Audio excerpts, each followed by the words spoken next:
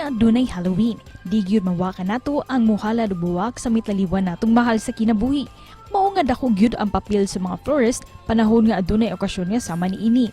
Karong buntaga atong sayran kung unsa ang kinabuhi sa mga florist ug kung unsa kamay nungdanon ang mga buwak panahon sa kalagalag. Ug gawas ni ana, mga usab kitag tips kung unsaon pag-design ug pagbuhat og buwak pinaagi sa tong panghilabi kang Ronnie Kimi-Kimi dinhi lang sa GMA Regional TV Live. Florist og negosyante buwak atong makauban karong buntaga, Ronnie Kimi-Kimi. Mayong buntag ug maupay na aga si Ronnie. Kumusta? Welcome sa GMA Regional TV Live. May buntag sa kayo nga puso. Daghang salamat for joining us this morning, Sir Ronnie. Kano saan man ka nagsugod, sir? Isip flower arranger of florist. Kaya nakubuwak sa gawa ng Santo Niño Church. Kanang tigi-tigi lang ganit for the altar lang siya nga flowers. Pila ka tuig na ka nga namaligya ni sir o ganong mao man imong gipili nga career? Actually, mga 12 years na siguro din kani akong gipili kay because mo akong passion ba. Matag buwak or marag arrangement nimo, sir, doon ako na meaning labi na sa mga namatay. Mamahimo ba nga muhatag kag katin-awan na mo kabahay ni sir og unsa man pod ang ilang gipasabot? Uban kay magdepende sa color, like kung roses ang buwak, color red symbolize for love.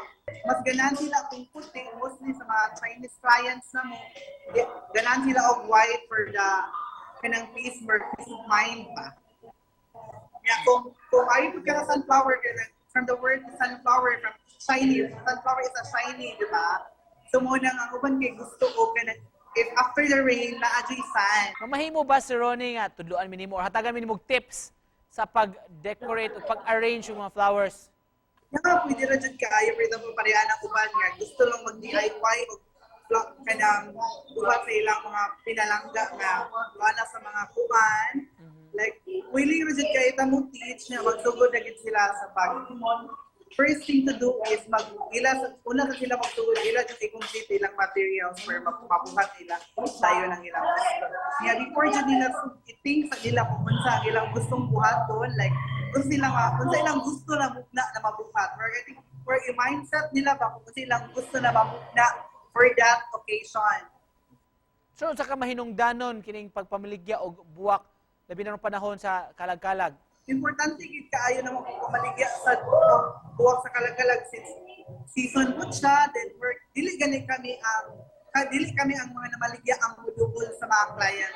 Client mo'y mudugol during peak season siya. Ug isip pa na po, Sir Ronnie, mensahe nimo, sir, mabuti paabot sa atong mga viewers.